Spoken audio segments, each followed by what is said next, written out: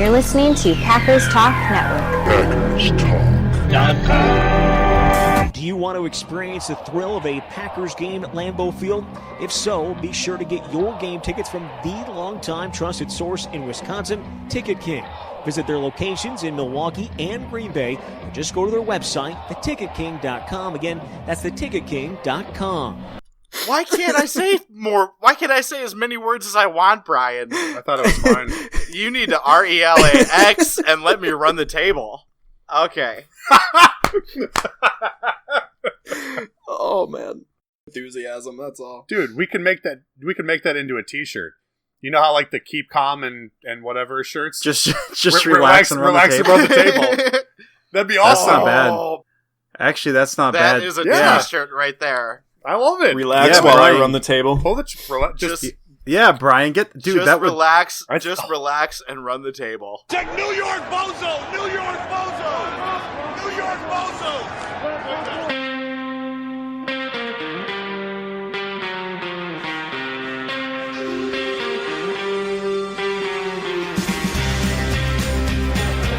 I got to get my biceps a little bigger. Yeah, you can always work on that. Well, I could sure use a hot dog with chili. You know what time the game starts? Hey, you got any left-handed footballs? We need to fire him. Is anybody else tired or is it just me? Good thing I'm in shape. You got any eligibility left? I got some advice for y'all. Take 2 weeks off, then quit.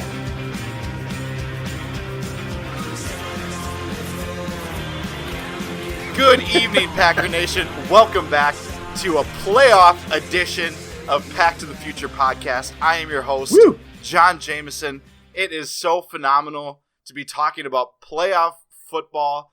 It is coming to Lambeau Field because the Packers absolutely took care of business this past Sunday night against the Detroit Lions. And we are NFC North champions, and we are playing the dreaded New York Giants at Lambeau. Hopefully, third time is a charm. And I'm looking forward to this. You know, the Packers officially ran the table, and it's just so good to be talking about some playoff football again. And joining me in this playoff football coverage is the one and only Commander-in-Chief, Brian Fonfera. How are you doing tonight, Commander-in-Chief, good sir? I am feeling great, man. We finished running the table for the regular season. Took me a few weeks to believe that it could actually happen, but it did. And now I'm a believer. We are going to finish what we started, run the table all the way through to February. We are not done yet. We'll see you in Houston. And I think if memory serves me recollect, Pride and Glory is actually paying for all of our flights to Houston for the Super Bowl to cover it there. Of course. Yes, mm-hmm. I talked to Fred earlier about it, and he's cool with it. So, Dusty, he's down. How are you? How are you doing tonight? I'm doing real good, man. Like you said, we're talking playoffs. It's a little of the shine got taken off before the game when the Redskins mercifully lost, so we knew we were in. But still, what was on the table was either the Giants at home or the Seattle away. So there's still big rooting interest in this game. Had some people over. Really fun game to watch. A little nerve-wracking at times, but yeah, I'm man, always excited when we talk about playoff football. So I'm doing great. Yes, sir. And Jordan Peck, we missed you last week. I love saying that we did miss you, and I felt like I did an adequate job filling in your place in the coin toss and running down some Twitter questions. So I tried to do my best Jordan impression last week, and what did you think of it? I thought you did fine. I loved it. I didn't love it as much as my own voice, but I thought it was a good effort. Jordan, you big old sweetheart, you little put a little sugar on top of that one. Well, it's the holiday season. It's just how I'm feeling. And it's he's Packers trying to win the coin football. toss for later, John. Oh yeah, Packers playoff. Yeah, that too. Yeah, I really want to win the coin toss. That's why I'm doing this. And with the introductions out of the way, we will now get going with our coin toss segments. And starting things off, we got some moves happening in the offseason potentially. There's been some rumors that Ted Thompson might take a senior advisor role and let Elliott Wolf step in and be the new GM. So with that being said, I'm going to bring in Dusty and Brian on this one. And my question for you guys is simple. It is, would the Packers be making the right move promoting Elliott Wolf? And if the coin is heads, Brian, you will tell me that promoting Elliott Wolf is the right move for the Packers. And it is heads. So, Brian, it is the right move. It's absolutely the right move. Not enough can be said about the great job that Ted Thompson has done over the years, but Ted Thompson has flaws. Ted Thompson is also in his 60s and about ready to walk out the door, whereas Elliott Wolf is in his mid-30s. He's rumors coming out that he's very highly sought after in some of these GM openings around the league. We already let John Dorsey, John Snyder, and Reggie McKenzie go. We cannot keep letting all of this young GM talent walk out the door. And I think it's just time for something new. Elliott Wolf would have the benefit of Ted Thompson whispering in one ear and his father whispering in his other ear. And that, for me, is a pretty darn good group of people to listen to. That's 2 Super Bowl winning GMs right there. One of whom took a risk on Aaron Rodgers. The other one took an even bigger risk on Brett Favre. So, yeah, I think you'd see a little bit different of a philosophy, and I think that could be helpful by now. And Dusty? I mean, I don't want to say it's necessarily the wrong move, but I don't necessarily think it's the right one. For better or worse, we know what Ted is. There's always complaints about him. He doesn't really delve too much into free agency, except he does when he feels like it makes a move or it can make a difference. We saw that with just Jared Cook this past offseason. We saw that with Peppers a couple off seasons ago. He's not a guy that's going to go out there and splurge, and sometimes I get a little frustrated with him, I will admit, because he does ignore some of their glaring issues that could be shored up with, say, a bit player, maybe a mid-level guy in free agency to kind of bolster depth. But his drafting, and even beyond that, his eye for undrafted talent is unlike anything I think that I've seen. I mean, it's been said so many times how many guys are on the roster that he drafted or he pulled in after the draft. We're even seeing that now. We've got Geronimo Allison contributing. We've got Ty Montgomery, who was drafted, who is now going into a running back role that didn't get a whole lot of time this past week, but is going to be a very good running back for us going forward, I believe. The depth and the drafts that Thompson has had prove that he is still one of the best in the business when it comes to that. And I don't want to shuttle him off just because we think Wolf is the next big thing. Yeah, he'll have his dad, Ron Wolf, and Ted Thompson possibly in his ear if Thompson sticks around. But if Thompson doesn't stick around, we just don't really know what Wolf's going to do. And Thompson is very, very good at this. And I just hate to let a guy like that go. All right. Picking a winner time. Both great arguments. And I will go ahead and give this one to Brian. Ooh, that's the right call. Wow. Whoa, Jordan, what's the ooh for? No, nothing. I'm just... Come on, Jordan. Speak your mind. Speak your mind and do your question next. Speak your mind and do your question next. I'm not questioning Brian's opinion. I'm questioning... No, it's not. You guys just do what you want to. I will say nothing more. That's the right answer. I feel pretty insulted. Yeah.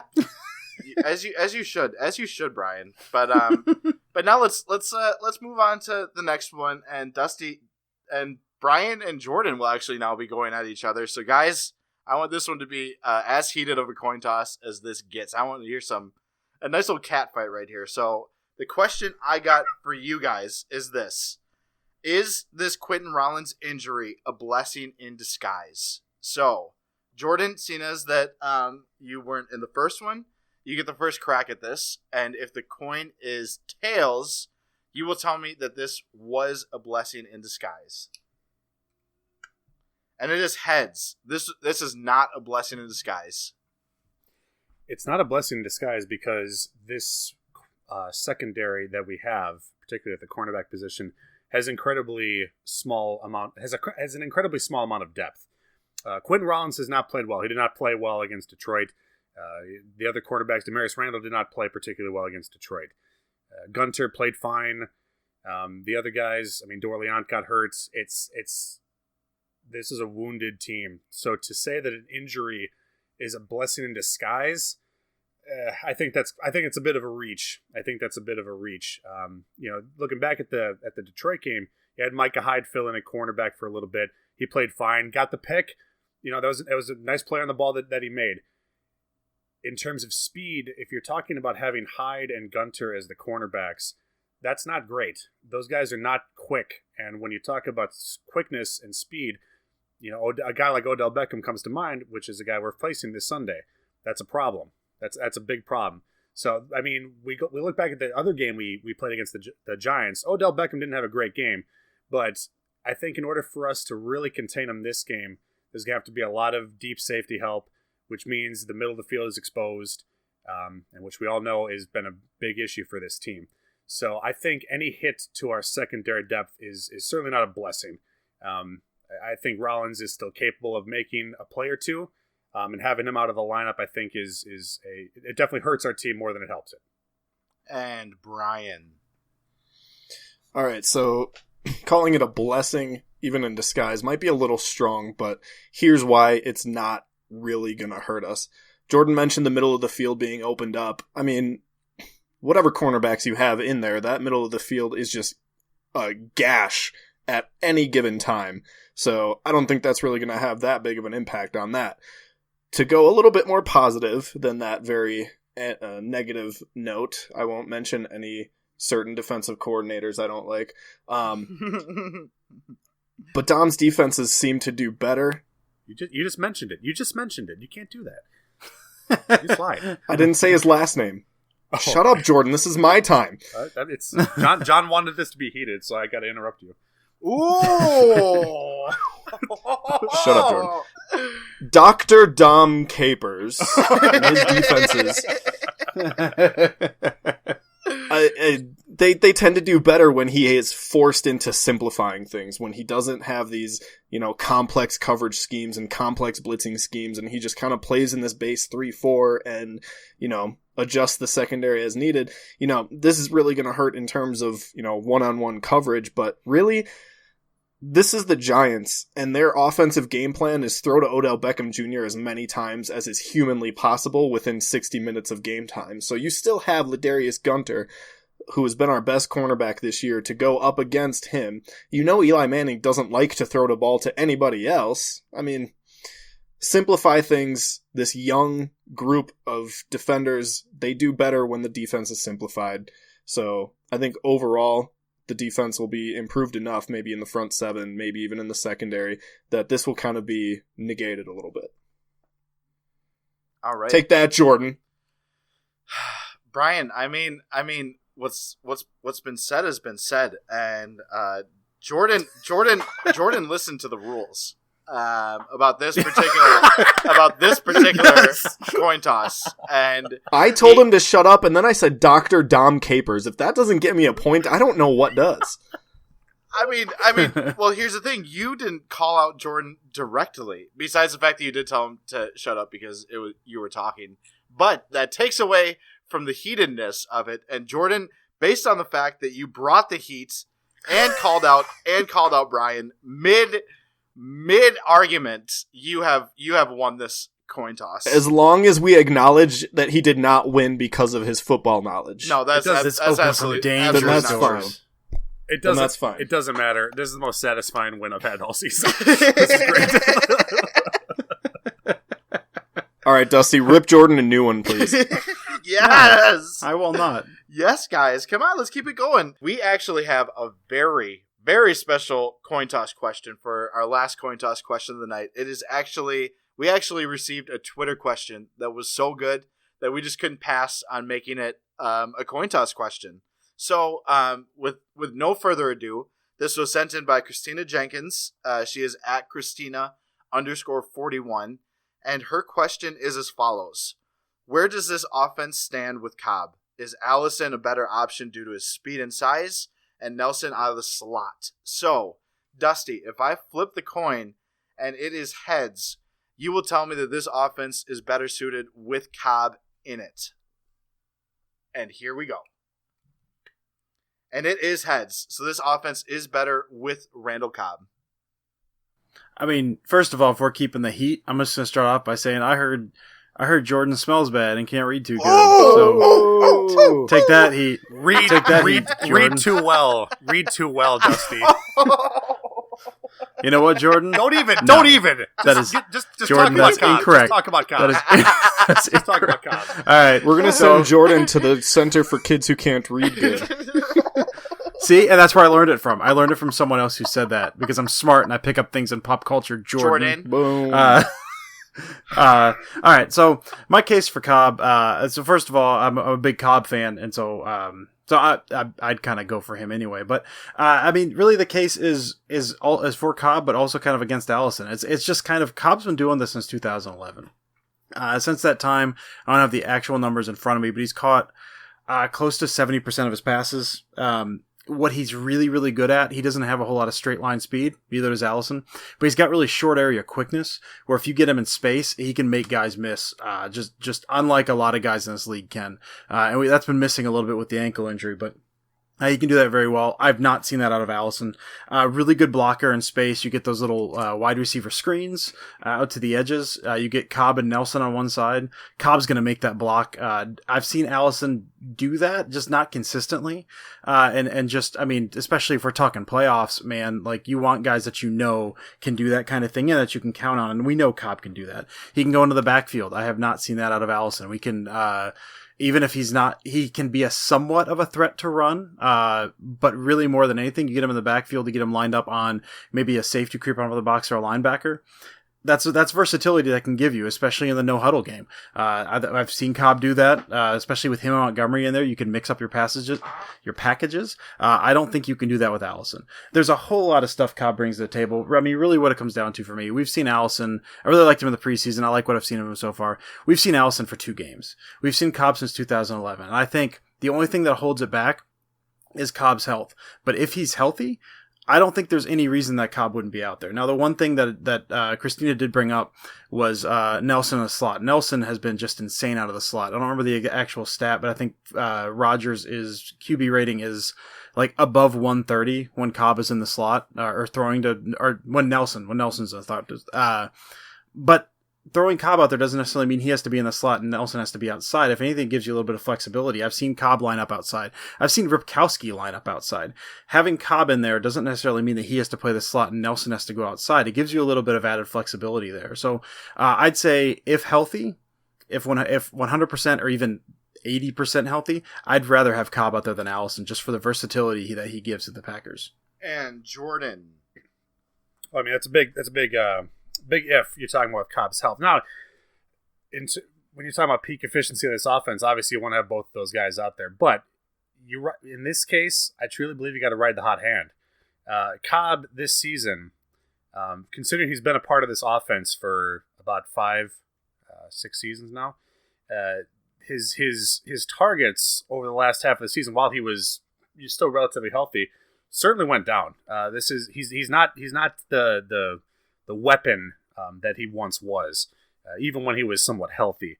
Whereas, and you say just 2 games for Geronimo Allison, but it's the last 2 games. He's played really well, and he is in these last 2 games, which were big games for this team, and he stepped up. Not to mention that he's obviously got the trust of Aaron Rodgers, which is huge. Not to say that Cobb does not, but with Cobb being out, Allison has certainly taken advantage of this opportunity. So even if Cobb is a little hobbled, I still foresee Allison getting a good percentage of the snaps at wide receiver. I think Jordy plays a lot in the slot. I mean, Jordy has been our best receiver over the past few weeks, but it hasn't been exclusively the deep ball. I mean, it's been more the third and mid range, and Jordy's there for the first downs or in the red zone, which I'm not taking that away from him. That's fantastic, but Geronimo has been a more of a deep threat these past couple weeks, and I think that continues. Cobb has not been much of a deep threat at all this season. He had about a 50-yard catch in the Washington game, which nobody probably remembers. It was probably meaningless at the time.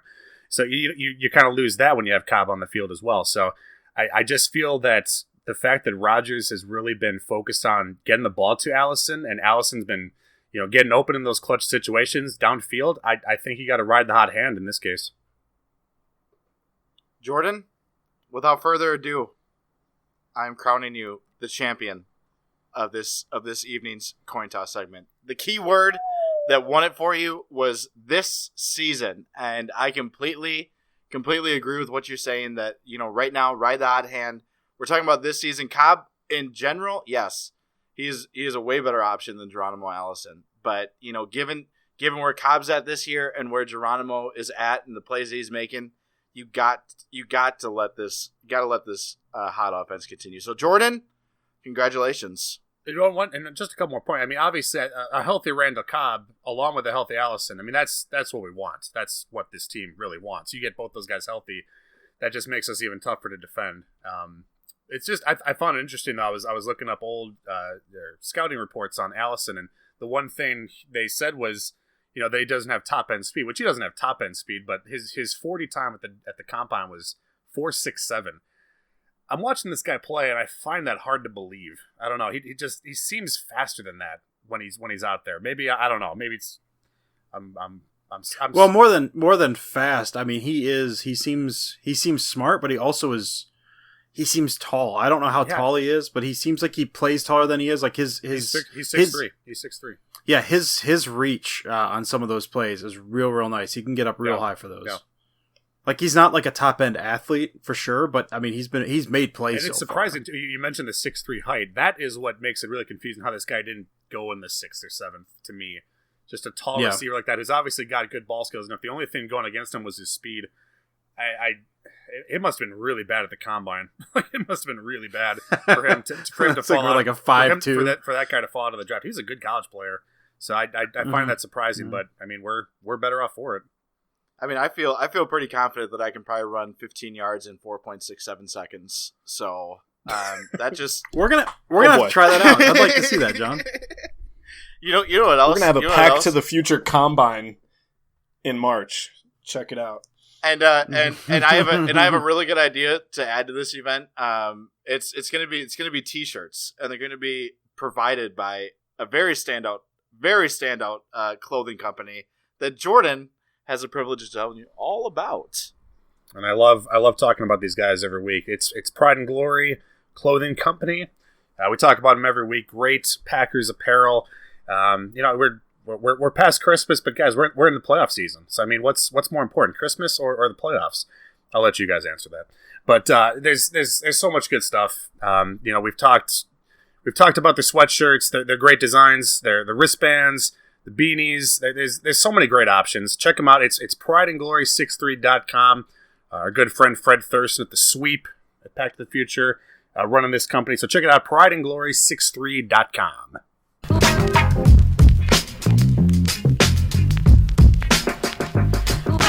All right, guys. I am here with Colleen Wagner. She writes for gmenhq.com, which is part of Fansided.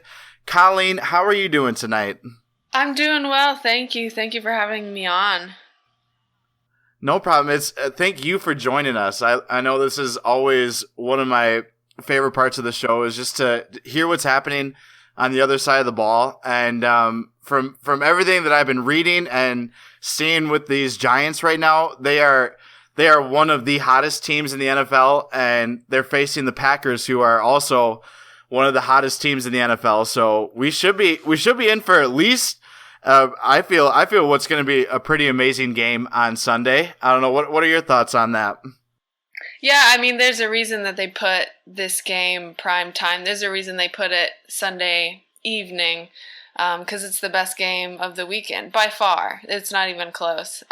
Two of the hottest teams in the NFL going at it. Arguably, my vote for MVP and Aaron Rodgers up against probably the best defense in the NFL right now. The best defense in the NFL. So it'll be definitely an great offense versus stellar defense matchup. It'll be fun to watch. I know. I just wrote my article for Pack to the Future today, and I was seeing the numbers that this Giants defense has had recently, and it's been very impressive. I saw that over the last 6 games, they haven't allowed a quarterback to throw over 192 yards, and that's just they're playing out of their minds right now. Yeah, totally. And Janoris Jenkins has been pretty much shut down.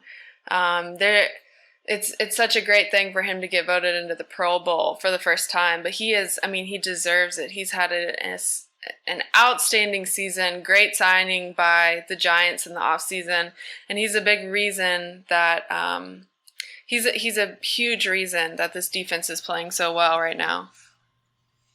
And I know that, we're talking about the defense because they've been playing really well, but when you think about the Giants, you think about Eli Manning, 2-time Super Bowl winning quarterback. You think about Odell Beckham, who has just established himself as one of the premier wide receivers in the National Football League. So I kind of want to, the defense we know for the Giants is going to be there, but the last time the Packers and Giants faced each other, the receivers didn't really live up to their hype. And I'm kind of just wondering where this group is at right now and what we should expect to see from them on Sunday. Yeah, last time the Giants faced the Packers early in the season, it was a big hype because they were arguably the best wide receiving core in the NFL up against your injured secondary. And going in, Giants fans thought that we were going to just burn you guys, but that didn't happen. Your secondary really stepped up.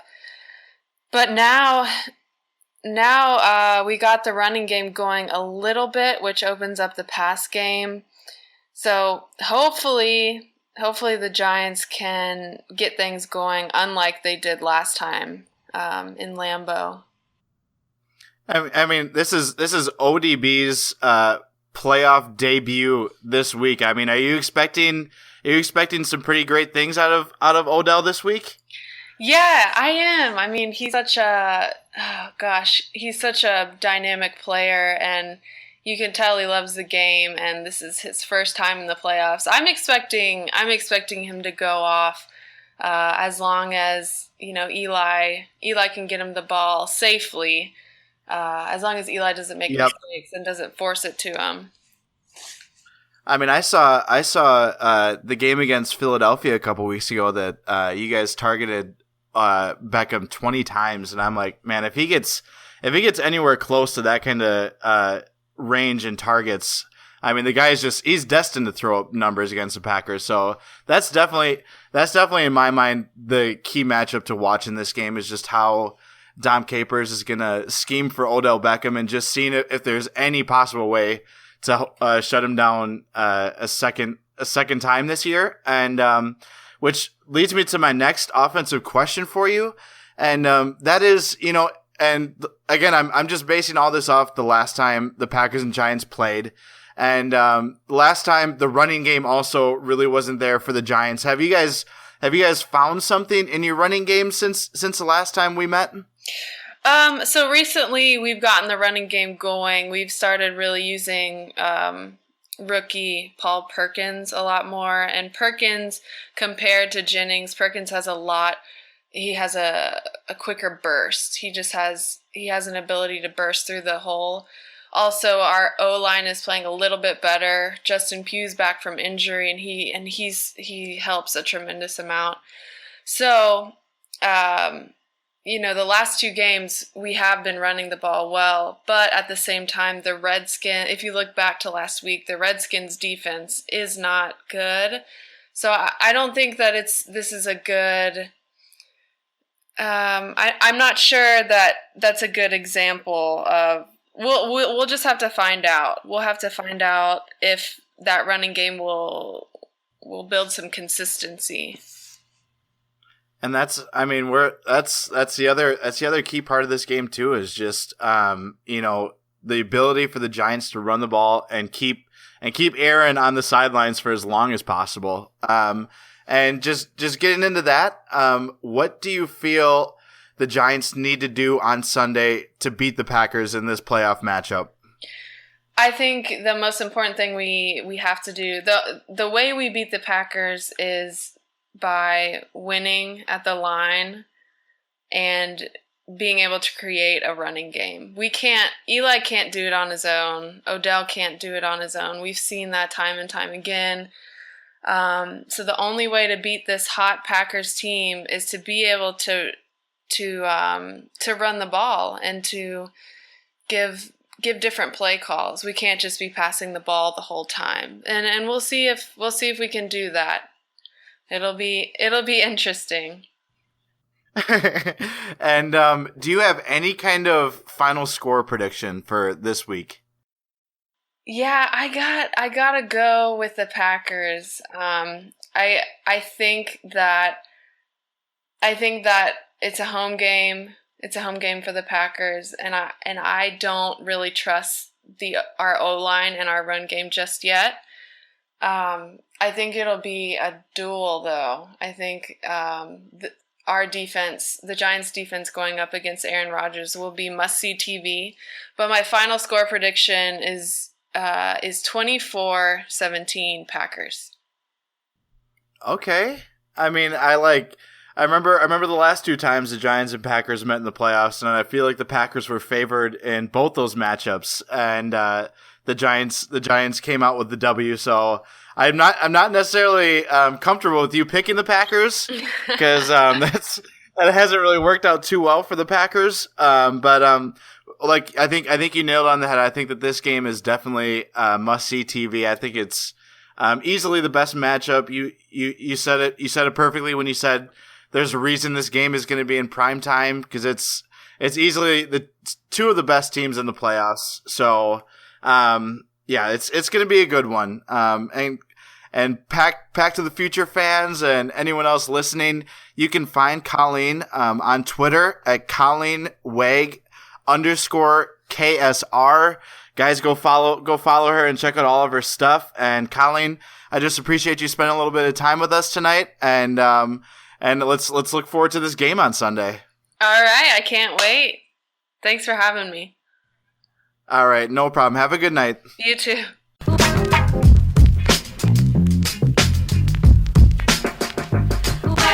All right, now it is time to get back into our playoff coverage of the Green and Gold this week.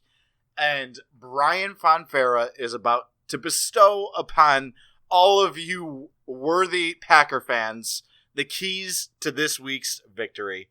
Those who are not worthy can also listen if you want. I really don't. But they're all worthy because they're Packer fans. So. Oh, well then we're good. I don't know why we had to break them down like that. It's because I wanted to. Well, I know we have one Bears fan that listens every week no matter what, so oh boy. Unworthy people can listen too. Valid point. Yeah, I'm full of those. Okay, 2 things I have on my list for this week for what the Packers need to do, and as I've mentioned before, I know that Dom Capers and Mike McCarthy and even Ted Thompson from time to time listens to this show, and they try their hardest to implement my game plans, so guys, if you're listening right now, hi, how are you? All right, number 1, I've got frustrate Odell Beckham Jr. Their entire offensive game plan in New York is just throw the ball to him as many times as they can, as I mentioned before. So double coverage, triple coverage, whatever it takes, like they're gonna throw the ball to him 20 plus times, no matter if he's open or not. So you know the guy lining up across from Odell Beckham is gonna be Ladarius Gunter. He's by far been our best and most consistent corner this year. You remember the job he did on Julio Jones earlier in the year. Just push him, frustrate him, make him angry. He's not going to get open if that happens, and they're still going to throw the ball to him. So we can disrupt their entire offensive game plan by just making this one guy angry. The other thing, I thought on my end that Sunday night was probably the best game that Mike McCarthy has coached and called in 2+ years. I thought he did such a good job. We saw things that we hadn't seen during the season. Things that were unexpected is the big thing. So 3rd down and 1, we've got Ripkowski in the backfield, and Aaron Rodgers runs a bootleg and gets the first down. Unexpected. Using, as I mentioned in the past few weeks, using Ripkowski in places where he wasn't expected to be used. You expect to use him on 3rd and 1, but they just used him as the feature back, and it worked because they didn't game plan for it. Now that adds a whole new wrinkle that the Giants suddenly have to game plan for, and we've got 2 very different, very complementary running backs that we can go to. So keep up with the unexpected twists that you've been running, and I think we're going to have a lot of success. It's a good defense that we're up against, but we can have a lot of success here. All right. Having said that, those are the two things I think we need to do to win. I think we will get a win. Big part is that Eli Manning has just not been good. Even the games where he puts up numbers, you see him floating a lot of passes. You see him making a lot of dumb passes, underthrowing, overthrowing. When you compare it to the years that he won the Super Bowl, right now, he just looks lost. Absolutely lost. Like he has no idea what's going on in this offense. And I don't know if that's Eli. I don't know if that's Ben McAdoo. I don't know. But this offense is beatable. And the way our offense is playing, even though we're going up against a pretty good defense, we're going to put up a lot of points. So I'm going to say we're going to win this one 34-17. That is a beautiful, beautiful score. And Dusty, let us hear some playoff numbers. All right. So yeah, Brian mentioned Eli not being great, and I think that's one of the big keys in this game. Is last game. So the last time we played him, actually, this is fairly interesting. Last time we played him was the only game this season that the Giants have lost without Eli throwing an interception. Every other loss they have, he has at least one interception in it. So they can beat them. The Packers can beat the Giants without forcing an interception, although I would not advise it. In that game, they held the Giants to 43 yards rushing, which is pretty impressive. They're going to have to do that again. Giants are not a great rushing team, but they have gone for over 100 yards in each of their last 3 games. But if they can take the run game out early and force Manning to throw the ball, Manning has attempted 35 or more passes in 11 games this year. In 7 of those games, he's thrown an interception. And in 6 of those 7 have been multi-interception games. So over half of the games in which he's thrown over 35 passes, he's thrown multiple interceptions. So if the Packers shut down the run game early, they can be assured, like Brian was saying, the forcing into Odell Beckham. If they can get Manning to throw a lot and try to force into Odell Beckham, and if they plan for that, which I assume they will, the Packers are going to get a couple balls they can intercept, at least a couple they can intercept, and they're going to have to take advantage of that. I mean, that's one of the huge keys in this game. Again, they can beat them without intercepting the ball, but interceptions are going to be huge in this game, and I think the Packers can force those. They've been very, very good at that. Another area to look at is the Giants have the best red zone defense in the league this year. They've only allowed touchdowns on opponents 39.5% of their trips into the red zone. They've allowed touchdowns on. In the past 3 games, they've been even better. They're only allowing touchdowns on 16.7% of their trips. Now, looking at that, the average opponent over their last 3 games have been 13th at getting into the red zone, only averaging 3.4 trips per game, and 23rd at converting at 49. The Packers are 2nd in the league at getting into the red zone at 4.1 trips per game, and converting. They're 10th in the league at converting at 60.6%. So, say the Giants only allowing a touchdown on 16.7% of their trips in the past 3 games. I think it seems to be a bit fluky. Now they are good, but that is a fluky number. Especially considering that number is twice as good as their season average. I expect to see a little regression in there, especially since the Packers are a better team than they faced lately as far as red zone scoring is concerned. So that's something to keep an eye on. One last thing. We know the Packers' defense is susceptible to long passes outside the numbers. That could be even more so, as we talked about earlier, with Rollins likely missing this game. As it so happens, the Lions love to throw outside the numbers. They average 5.3 attempts per game deep outside the numbers. They average just a shade under 10 yards per attempt when targeting that area. They're particularly good at first down down the deep left. They average 15.4 yards per attempt down there. So I can see the Giants taking a couple shots deep downfield early in the game. If it works, they're just going to keep chucking down there till the Packers can prove they can stop them. And maybe that comes in the form of an interception, or maybe just they can cover down the field a little bit. But just keep an eye on that, man. Giants, I think, especially if they can't get the running game off, they're going to start gunning downfield. All that being said, man, I feel good about this game. Maybe it's just kind of coming off of the division win after they were 4-6 on the season, but I'm feeling real good. So I'm going to go with this one. Giants defense is legit, so that's scary a little bit, but the Packers offense has been rolling, and the Giants offense is terrible. So even against a poor Packers defense, I think the Giants are going to struggle to score a little bit, just because, as Brian's point, Eli's a little lost. I'm going to go Packers 27-17. Dusty, are you kidding me? That is the exact same score I was going to predict for the Pack. Can we keep the same score, or should I switch mine up a little bit? I think we keep the same score, Yeah, John. yeah. Let's be twinning. Let's be twinning on this one, and then we will. I'm here for it. We will have a Google Hangout with the celebratory drink when our score is correct. I mean, I'll be right here, buddy. I love you bringing up the turnovers. I mean, over the last 4 weeks, the Packers have had forced 13 turnovers while not committing one. So Packers are getting turnovers, and I'm thinking that's going to play a big part in this game. And Jordan, give us your final score prediction, and then I think we got some Twitter questions. Yeah, I mean, there's a lot of the stuff that Brian and Dusty have said. I mean, I definitely agree with. I think the keys to the game are Rodgers needs to play like Rodgers, and we can't let their running game. We can't let guys like Paul Perkins, Rashad Jennings, gash us for big plays and be a consistent threat throughout that game. If we do those two things, I think we come out on top. I'm still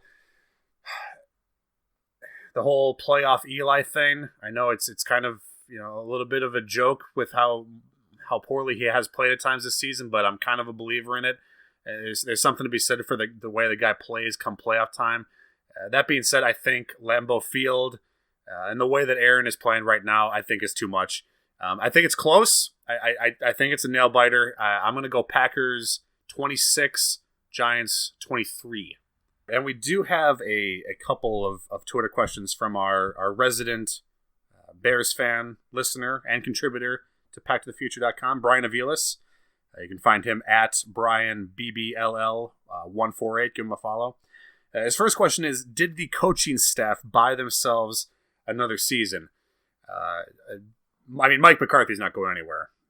That's 100% guarantee. He'll be here next year, and I think rightfully so. I honestly think, you guys debated this, I did not, when you talk about Ted Thompson and Elliott Wolf. If Ted Thompson is still our GM next season, I think the coaching staff is fully intact. If Elliott Wolf or someone else is our GM, I'm not so sure. I'm not so sure. I mean, the track record of Capers is pretty clear. We've seen the performance of the defense, and you can't put everything on him, but there's a great argument to be made for making a move and making a change at the defensive coordinator position. So I think if I'll reiterate what I said, if Ted is our GM, nothing changes. If we have a different GM, then I have no clue. I really have no idea. I don't know what you guys think about this. I said it in a coin toss a couple weeks ago that I am not lucky enough for Dom Capers to get fired. And I'm standing by that.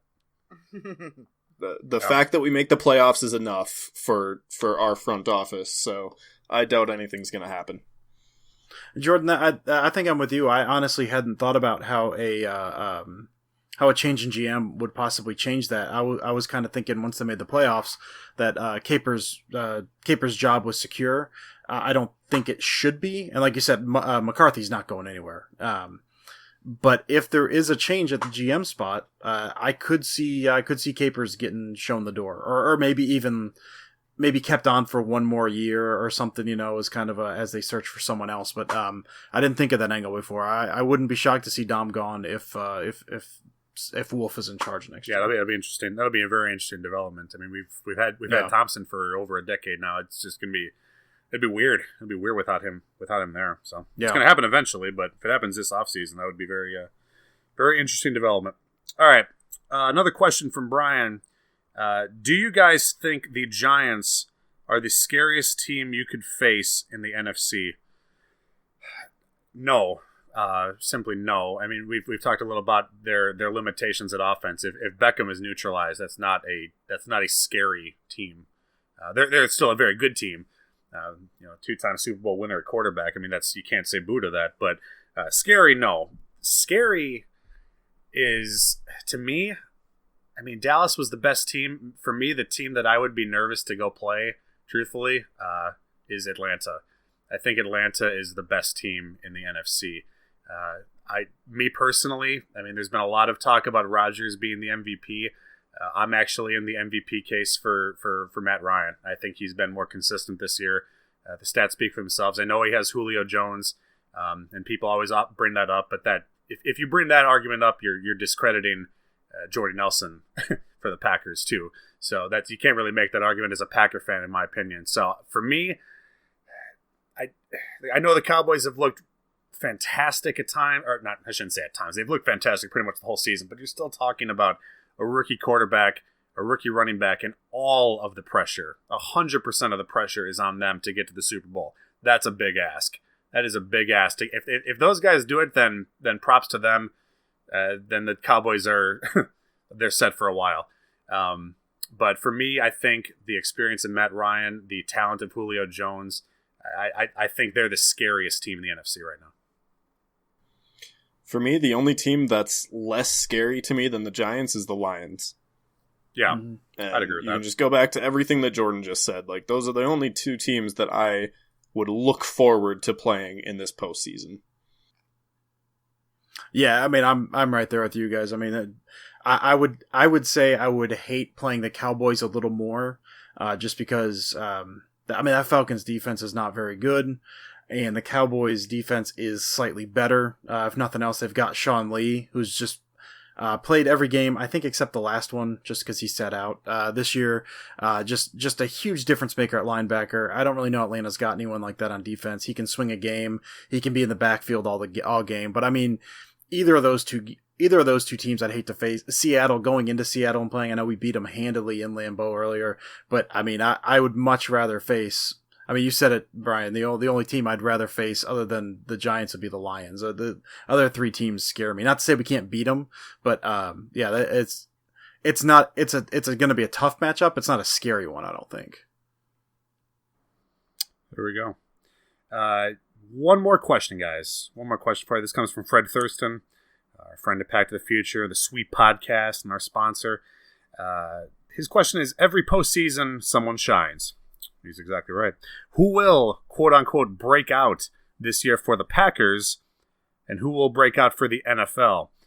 I think when he asks this breakout question, I imagine in the back of his mind he's thinking of like a James Starks did in our Super Bowl run, somebody like that.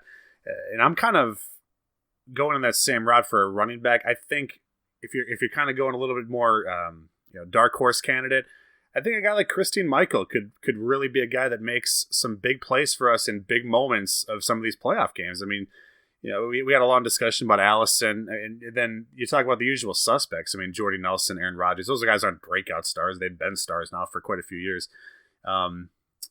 So for me, it's Michael. The other guy I was possibly thinking about was a Jared Cook, who's been really playing well for us the past few weeks. I mean, that guy's there were a couple throws, particularly, I think one throw I'm really remembering. I don't remember the down and distance, but just he threw this amazing.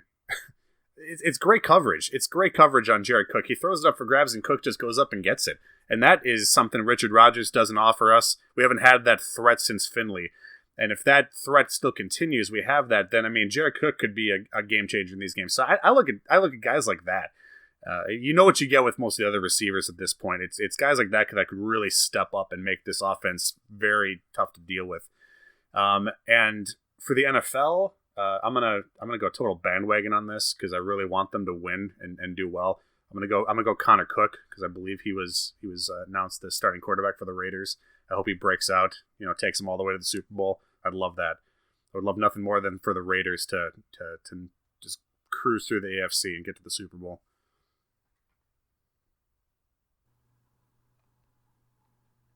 All right, so mine would be for Packers, I was actually going to go Allison. We spent a lot of words on him earlier. I do think he can have a couple of huge catches. I mean, it doesn't take much to break out. You could have a couple just huge catches and big moments in your breakout. But I'm actually going to go other side of the ball. I'm going to go Kentrell Bryce with some of the injuries they've had with Rollins out. Bryce is going to be getting a little more time. We saw that especially with Burnett kind of rotating down to the line to take away some tight ends, which he's done well. We're going to continue seeing Burnett doing that, which means we're going to have a lot of Clinton Dix and Bryce deep, I believe. Now, we saw Bryce just a huge hitter, man. Just his closing speed is just insane. I kind of think of Yeah, the '07 playoff run. I think of Atari Bigby against Seattle. Just some of the plays he had in that game. This perfectly timed hits to jar balls loose. I think he had a forced fumble. Like he had about 2 series where he looked like a man possessed. I think Bryce is capable of that. I think he's gotten a little better every week. He's still not great. I kind of trembled. I saw him as the single high safety going into a play this past week that Stafford just missed on, and it just even before the ball was snapped, I was just wincing knowing they're going to take a shot. He's still got a lot to learn, but I also think he can make some really, really, really big plays. So for the Packers, I can see Bryce being that guy. For the NFL, this was tough. Fantasy players know him, I guess, but I'm going to go Jay Ajayi down in Miami. They're going up against Pittsburgh. Last time they played Pittsburgh, he went for over 200 yards. He's gone for over 200 yards 3 times this season. He's been really, really good. I think Miami's going to take out Pittsburgh. I think he's going to have a huge game. And I don't know if they're going to advance past that, but I think he's going to have a huge game this weekend. And I think a lot of people are going to find out just how good he is. I'm going to go ahead and jump in on this real quick. And I'm going to stick on the same side of the ball as Dusty. And I'm going to go with Nick Perry. And right now, Nick Perry is sitting at 6 career total sacks in the postseason. And Clay Matthews leads the Packers in all-time sacks, postseason sacks at 10. So I'm going to go ahead and say that Nick Perry passes Clay Matthews and becomes the all-time postseason sacks leader for the Packers this postseason. And I don't have an NFL one because I'm not that bold right now. So Tyreek Hill. Fair enough. All right, I've got 2 good ones here. For the Packers, I've got Rowan Elliott, guy who just every time he gets on the field, he makes a play. But he's never on the field, and I can't figure out why. I really can't. I love the guy. I'm a huge fan of his.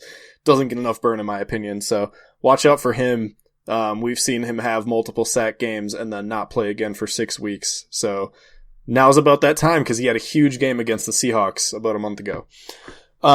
For the NFL, a little known and very scarcely talked about quarterback down in Texas, Brock Osweiler is actually going to be getting the start for the Texans this week. So watch out for that young stud. That's your off that train, Brian. That's your off that train. Thought we broke you with that, brother. One does not just jump off of the Brock Osweiler hype train. A lot of people did. I'll give him credit. It is a great opportunity to win the NFL Comeback Player of the Year award. Yeah, right. He comes back and plays well. Gets to 220, 225 yards passing. I mean, it could be great. Boom, boom. I am off the train.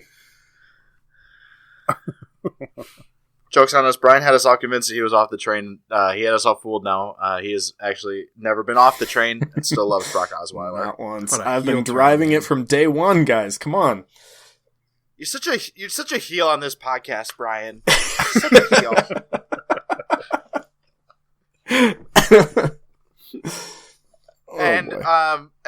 In true heel fashion, let's hear all of your negative final thoughts to get everyone super pissed off. Okay, my final thought here. I'll give you.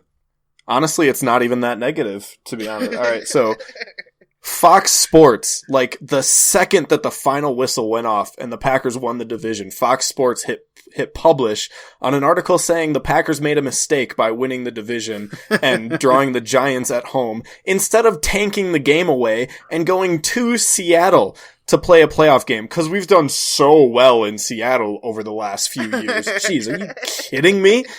Are you kidding me? So I'm like, okay, you know what? Maybe they make a valid argument when I actually click the link. They didn't. Their main argument for us wanting to play the Seahawks instead of the Giants is because the Seahawks just barely beat the 49ers. So what I did was I opened up the Packers schedule and I took a look at some of these games. Let's see. There was us getting beat to hell by the Colts. There was us getting beat to hell even worse by the Titans, 2 non-playoff teams, by the way. Us getting beat to hell by the Redskins, a non-playoff team, by the way. We didn't beat the Texans by all that much. We just barely got that win over the Bears in week 15.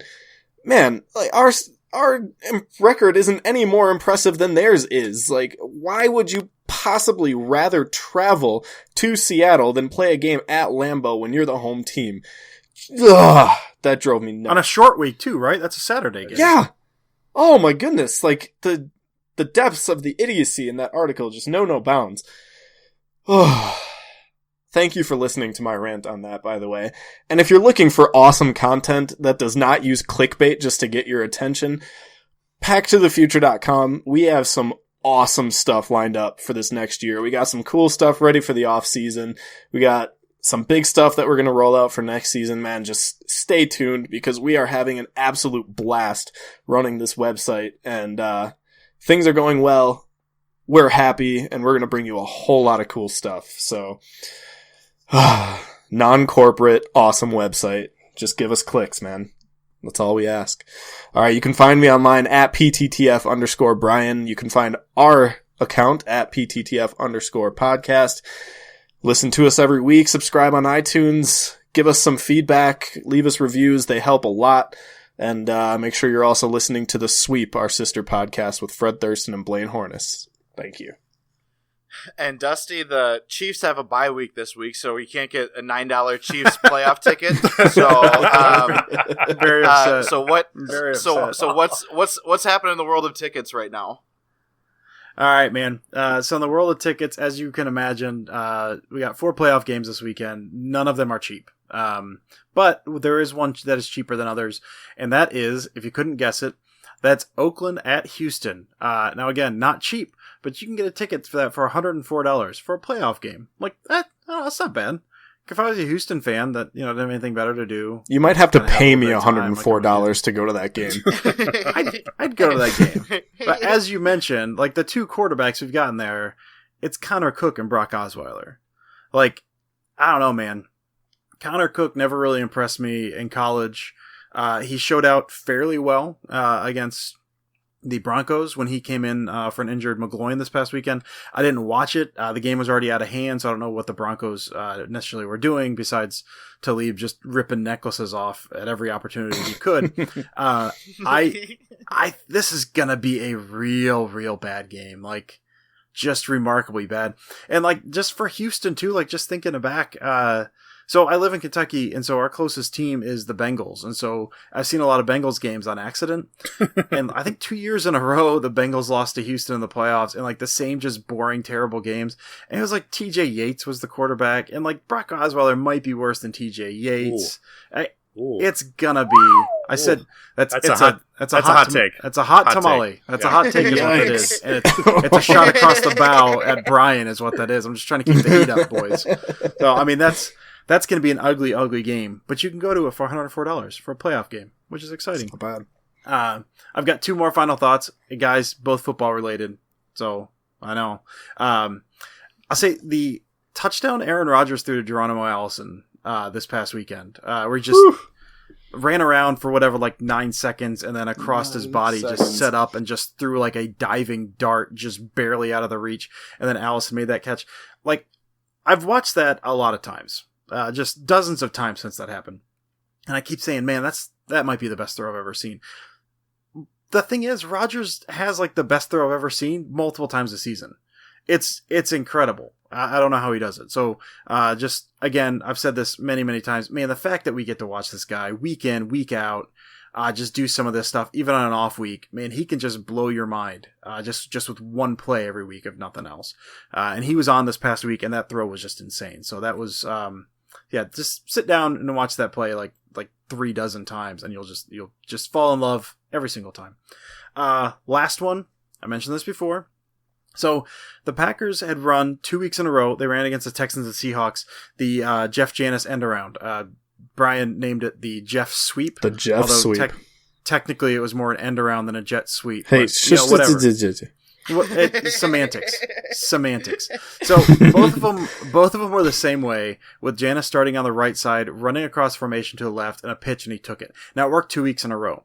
The next week, they ran against the Bears, ran a little fake, ran back against it. They did a handoff, I think, to Montgomery inside, and got stuffed.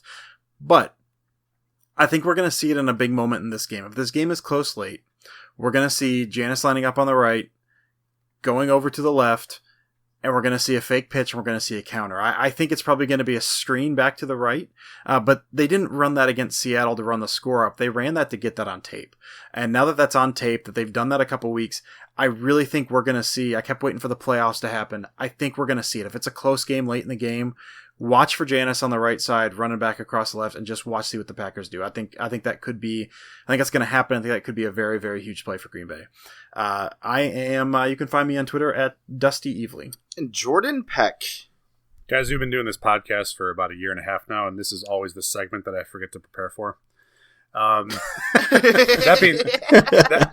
being said, one thing I always do for whatever reason, I like looking forward even to the following, even though the playoffs are upon us. I like looking forward to the next season. After the last week of the season, the Packers already know their opponents for next season, and where they're actually playing them, which is exciting for me. Living here on the East Coast, I live in Virginia. And a lot of the road games are here. I mean, I got a game in Pittsburgh at Heinz Field next season. That's only about 3 hours away. I can go to Cleveland, probably catch a game for about $20. Hopefully it's early in the season. They're playing Carolina. They're playing Atlanta. They're playing Dallas. They're playing Dallas on the road. I got a lot of good road games out here, so might be a good opportunity to see some cool road stadiums that I wouldn't go see otherwise. So that's what I'm excited about. But guys, I'm excited to go to a game at Lambeau with you guys. I'm not gonna lie. Yeah, so hell yes. So I mean, we got. I'm not gonna lie. Besides the divisional games, there aren't that many exciting ones. we will be playing the Seahawks again in Lambeau Field next season. But the other home games we have are Bears, Lions, Vikings, obviously. But then we play the Saints, the Buccaneers, the Ravens, and the Bengals. I'm just not. I can't get excited about it. Maybe the Saints, maybe the Buccaneers. I'll get down. I get down with that Saints or Bucks game. I feel NFC game, Jameis and Drew Brees. Yeah, I agree. But Bengals, no. Or the Ravens. I don't want to see elite Joe Flacco. I don't know. I don't know. So elite. Because that game's going to be in late. It's going to be in early October, week 5. Yep. Yeah. Jordan, did you go to that Bengals game with me in Cincinnati? Yeah, I did. That was a great. That's what I thought. That was the game we were down 14-0. We scored 30 straight, and then we gave up 20. lost 34-30. Yikes! That was the Jonathan Franklin fumble game. Yes. Yes. Yeah. And I don't know if I have heard in an NFL stadium that loud in my entire life. Lambeau's been loud, but the place was rocking. Yeah. No, you're exactly right. The Bengals fan base. I lived about an hour out of Cincinnati for about 8 years. It's a very fickle fan base. Ohio is all about Ohio State. They don't really care that much about the Bengals. There's a lot more Browns fans in the state. But yeah, that's a nice stadium. I thought it was a nice stadium. It's a good place to watch a football game, I thought. Let's go to the Bengals game at Lambeau. Get redemption. At Lambeau? Get redemption. Okay. Get redemption. Yeah, I like it. We'll do it. Guys, someone, one of our very loyal listeners, if you could give us a sweet deal on tickets, we'd appreciate it. So we're going to the Bengals game. Send us your best offers, and we'll take it from there. So I like it. Jordan, do you have a Twitter? I do have a Twitter, John. You guys can find me at JGPeck41. My final thought is I love asking Jordan if he has a Twitter every week. You can find me on Twitter at. No, I'm just kidding. I have one thing to say. I also like to, aside from my Packers, Brewers, and Bucks, I do tend to follow the UFC a little bit, and it's very sad to see the way that Ronda Rousey's career has gone in these past couple fights. I think we may have seen the last of her in the octagon. I really do. She was dominant for so long. I mean, she had some insane knockouts in a row. I think under 3 fights in a row with three submissions in under 30 seconds, and then just these last couple fights, it's just been extremely rough to watch. So she definitely put the women's part of the UFC on the map for sure. And it's sad to see where it's going, and I hope that she can maybe find a good sports psychologist and get things turned around. But yeah, as a fan of the UFC, it's been very tough to watch her last couple fights. But Ronda, come back, be super Ronda Rousey again, and let's go from there. But you can find me on Twitter at John Jameson. As Jordan doesn't prepare for these things as well, nor do I. But as evident, but no, still find me on Twitter at John Jameson. And guys, let's look forward to watching an outstanding performance by the Green and Gold this week. Move on to the divisional round, and it doesn't matter who we play. Packers are going all the way this year. The Pack is back. We're going all the way, and come back in next week for another edition of Pack of the Future Playoffs. Peace out.